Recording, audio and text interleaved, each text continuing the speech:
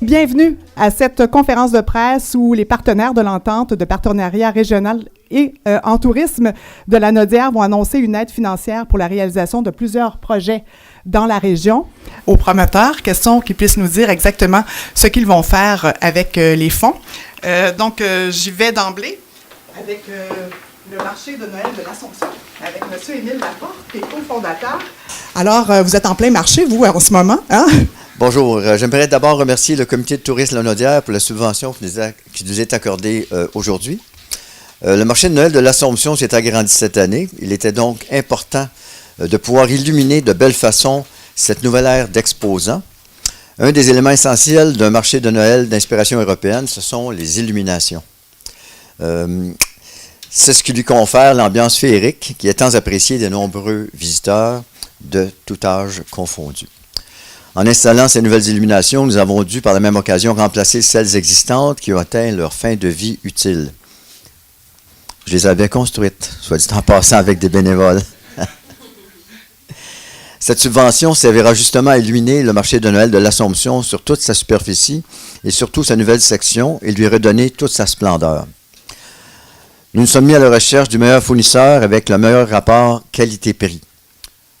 Entre parenthèses, je soupçonne quand même un peu de chinois là-dedans. Nous nous sommes mis à la recherche de cette source et finalement, nous avons pris une décision. Ce sont 50 nouvelles magnifiques sphères scintillantes qui surplombent tout le marché. Croyez-nous, le coup d'œil est magique. Merci beaucoup à tous. Merci. On a jusqu'au 22 pour aller voir ça. 23 décembre. On est en plein dans la frénésie. Maintenant, un autre grand projet, celui de Joliette, avec le maire qui s'est déplacé ce matin. Bonjour, M. Baudry. Bonjour. Donc, un centre des congrès à Joliette. Enfin, un centre des congrès à Joliette. Depuis le temps qu'on en parle, ça fait plusieurs années. Et le conseil municipal de la ville de Joliette a décidé d'aller de l'avant. C'est très apprécié, la subvention qu'on vient chercher aujourd'hui, mais ce qui est surtout apprécié, ça veut dire que le milieu y croit, comme nous, au conseil municipal, on y croit. Alors, ça nous rassure dans la décision qu'on a prise d'aller de l'avant vers un centre des congrès. Je pense que c'est un besoin pour la région de la Naudière et tout le monde va pouvoir en profiter. Un grand merci. On a bien hâte de voir ça. Et maintenant, un beau festival, celui de Mémoire et Racines. Josée Latendresse, la directrice générale, qui est là pour nous en parler. Alors, votre beau festival, qu'est-ce qu'il y aura de plus avec ce financement-là? Bien, ce financement-là va nous permettre de travailler au niveau de l'aménagement. Nous, on fait la 24e édition cet été, fin juillet, et puis on n'a jamais vraiment investi là, faute de sous. Alors ça va nous permettre, entre autres, de faire une zone repos sur le site du festival pour les familles, pour les gens, parce que le site est immense et puis ça va être sûrement apprécié. Et puis d'aménager aussi la scène à l'entrée du festival qu'on veut transformer en scène cabaret. Alors, ça va nous permettre de transformer cette scène-là, entre autres. Avez-vous déjà les dates? Bien oui, on a le 25-26, on est au centre-ville de Joliette en pré-festival et 27, 28, 29 juillet au Parc Bosco de Saint-Charles-Borromée. En plein été. C'est un rendez-vous. Absolument. Merci.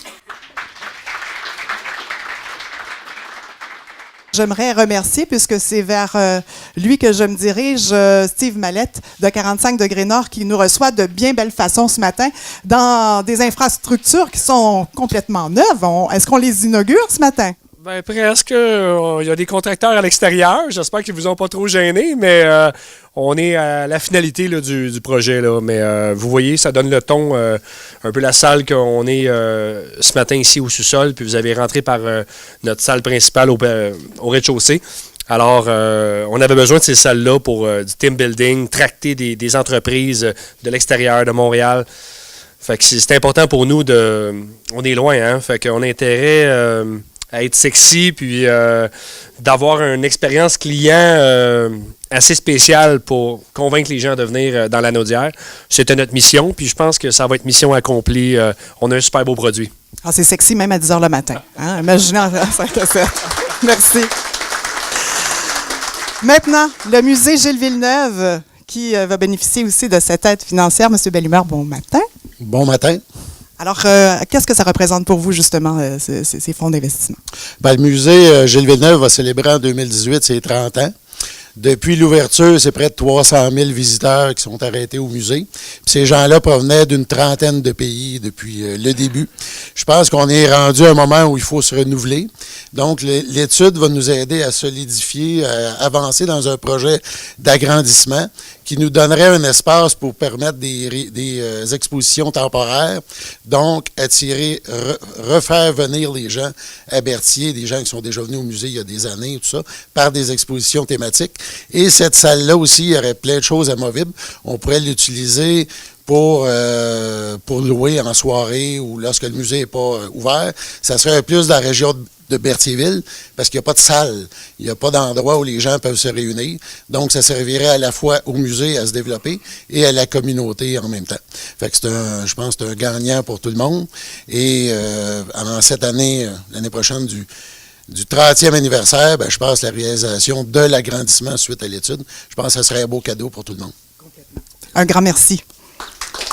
Et maintenant, Société de développement et d'animation de Mascouche, Patricia Lebel, directrice générale, pour nous parler du Festival Grande Tribu.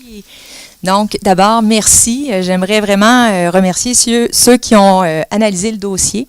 Je les remercie d'avoir su voir au-delà de... en fait, parce que nous, le Festival Grande Tribu existe depuis maintenant 2 ans. C'est la 3e année qu'on s'apprête à... En fait, on est vraiment dans la programmation actuellement. Et on va venir l'installer dans le noyau villageois de Mascouche, là où il va avoir éventuellement beaucoup d'animations.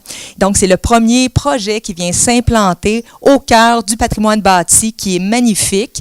Et on croit que vraiment d'utiliser les bâtiments qui sont déjà là sur place et de créer quelque chose d'authentique, parce que c'est réellement authentique. On va amener les gens dans des lieux où on n'a pas accès normalement, une programmation éclectique où on va aller autant dans la crypte de l'église que dans la chambre du curé au presbytère pour vivre plein d'événements musicaux, découvrir des styles musicaux, la relève musicale et dans le fond qui correspond à 2 missions ou à la mission de la SODAM, oui, mais on a la Société d'histoire de Mascouche, donc de vraiment travailler fort sur la mise en valeur du patrimoine bâti, puis la mise en valeur aussi de nos artistes émergents.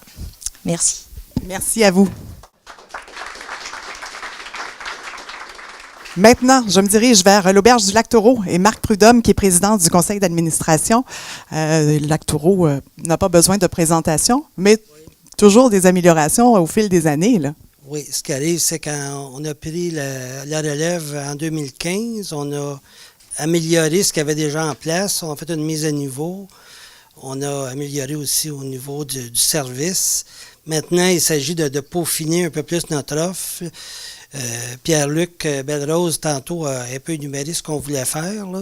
Tout ça, ça va faire en sorte que les clients vont avoir plus le choix. Puis c'est des projets qu'on n'aurait peut-être pas fait tout de suite, qu'on aurait fait plus tard. Mais moi, je pense qu'on est sur une bonne lancée. Il faut... c'est juste optimal qu'on le fasse tout de suite, là. Fait que moi, je remercie le fonds de nous faire confiance, là, puis on va essayer justement de livrer la marchandise. Une piscine extérieure, entre autres, un gymnase et bien d'autres améliorations. Oui, c'est ça. Puis un centre équestre. On avait essayé cette année, justement, un service équestre. Puis là, il nous manque juste les installations pour que tout soit numéro 1. Et j'ai eu l'occasion de le faire sur la plage avec les chevaux. C'est vraiment magique. Alors, bravo. Je vais t'engager comme pour le commercial. Faire le commercial pour nous. Ça me fait plaisir. Et finalement, un autre lieu qui n'a plus besoin de présentation parce qu'au fil des années, les améliorations, il y en a beaucoup. Je parle du complexe Atlantide. Je tiens à remercier Tourisme Lanaudière ainsi que tous les gens qui gravitent autour de ce type de subvention. C'est certain que avoir des idées, on le sait, c'est assez simple, mais de pouvoir les réaliser, je pense que c'est la partie un peu plus compliquée. Donc, en ce sens, merci vraiment à Tourisme Lanaudière. Et puis, bon, cette année, c'est une piscine à vagues. C'est un projet qu'on avait depuis déjà un certain temps. Et puis, c'est très, très important pour nous. On sait que c'est une activité qui est très prisée partout où on va. Et pour nous, ça nous permet aussi de mieux se positionner face aux autres entreprises de notre type, si on veut, au Québec. Donc, c'est comme ça qu'on s'enligne. On a bien hâte d'aller essayer ça. Merci.